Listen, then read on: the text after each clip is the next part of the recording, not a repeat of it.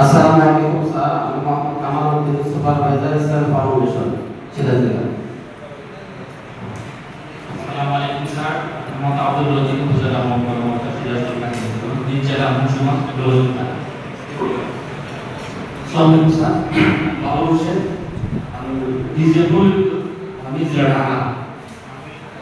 আসসালামু আলাইকুম স্যার, তাসলিমা আক্তার, তথ্য সেবা সহকারী, তথ্য প্রকল্প দ্বিতীয় পর্যায়, জেলা মুন্সিগঞ্জ সদর।